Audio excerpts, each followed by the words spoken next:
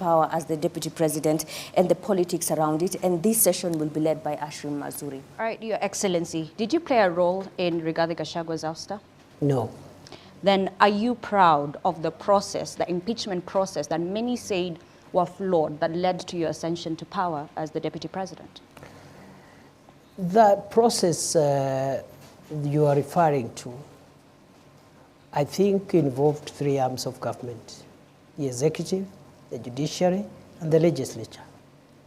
To that extent, to the extent that constitutional institutions were involved and are still involved, I see no problem with that process, and if there is a problem, there is a way of remedying that problem. What about the right to fair hearing that he did not get? That is the matter before court, unless you want me to discuss the merits of the matter before court. So then what's your relationship between you and the ousted, impeached deputy president? As it was before. Are you friends or not? We are good people, we're good friends. I have no reason to complain in the past, present, and even in the future. Was there a handover? Yes. An official handover? Was there an official handover? There wasn't an official handover because the former deputy president is in court. You wouldn't expect him to hand over if he's in court. Your Excellency, which IEBC cleared you? Did you take your papers there? How were you cleared by the IEBC? There is no requirement to clear a deputy president who ascends to office by virtue of Article 145 read together with 150. What requires the clearance of IEBC is the president and the deputy president in an election. The President's memo to Parliament, Your Excellency, indicated that your nomination was cleared by IEBC. There was no election. I assumed office through a process different from a process following an election.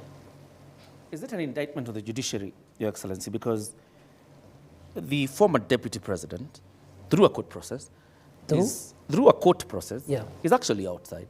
We have the governor of Meru, who is in office, even through a similar process. What kind of jurisprudence is that creates two forms of justice in your own understanding? And this is from a point of view as a law professor.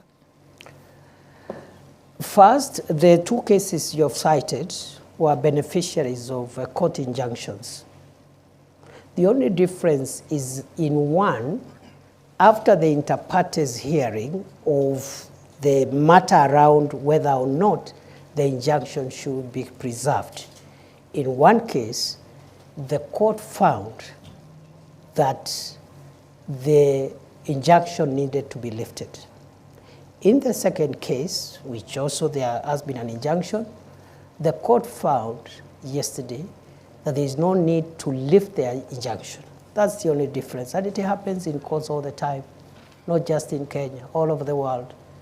In fact, the finding of one court is, in many cases, overturned by the next court the following day. So there is no inconsistency whatsoever. That is judicial practice. A judge, even one bench of 3 judges, one judge will say this, 2 other judges will say different things, or the same subject matter, same articles, same evidence, same parties. That's how. That's the independence of the judiciary is not just institutional. It is individual, it's decisional. Every judge carries decisional independence. Your predecessor, Your Excellency, says the reason you ascended to this position is because you are a yes man. You cannot mount any challenge whatsoever to the president. I'm putting this question to you tonight. Are you your own man? Are you a yes man? I am my own man. On the second issue, I would like to respond as follows.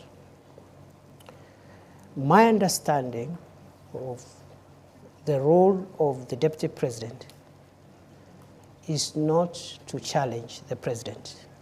It is not in the Constitution. It is not in any law. It is not in any practice. That is not the job description of the deputy president.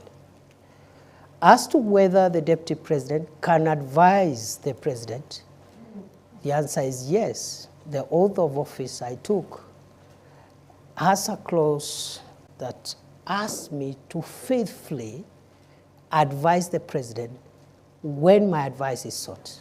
So then where does your allegiance lie? To the people or your appointing authority?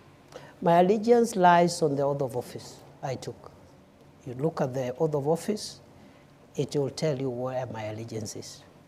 And are you proud To the of the people manner of Kenya, to the nation and the national interest, and when my counsel is sought by the president, I must give it faithfully. And faithfully doesn't mean that I do it on the podium. Does it But mean it means I have to be faithful, and faithfully means it could be different from what the president thinks. DP, are you proud of the manner in which you became deputy president? In 2022, you were a front runner to be running mate to Dr. William Ruto, but you did not get that position. And you actually said you were going to take a break from politics. Are you now proud that 2 years down the line, you are the one who has taken that position after the impeachment on the person who was picked over you? I have no regrets for my occupying this space because I have no reason to regret. It is true I was a front runner to be deputy president in 2022 through a process that was conducted by my party. I was not successful. My brother, Rigathi Gachagua, was successful. I congratulated him, and I said two things. One, that I will support the campaign, the presidential campaign, until 8th or 9th of August 2022. And after that, I will take a break from elective and appointive positions. But you still took the CS Just a moment. position. Just a moment. After I made those two very important decisions, which I made after soul searching and consulting everyone who needed to be consulted, my party and its leadership met and persuaded me as a member of the party, because I didn't say I'll leave the party.